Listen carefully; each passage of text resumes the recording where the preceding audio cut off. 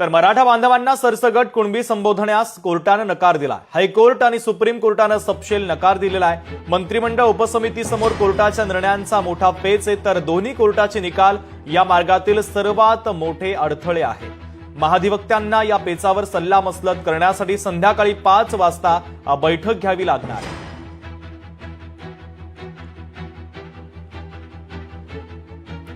ग्राफिक्सच्या माध्यमातून आपण तपशील पाहूयात।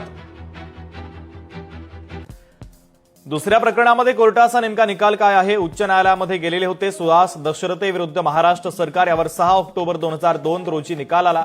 या निकालातील परिच्छेद 46 मध्ये असं म्हटलंय की जात पडताळणी समितीकडे जी भूमिका मांडण्यात आली ती स्वीकारण्यात आली, तर मराठा समाजाच्या प्रत्येक व्यक्तीला कुणबी प्रमाणपत्र द्यावं लागेल आणि असं केलं तर ते महाराष्ट्रातील वास्तविक सामाजिक व्यवस्थेच्या विरोधात असेल असं निकालात म्हटलेलं आहे।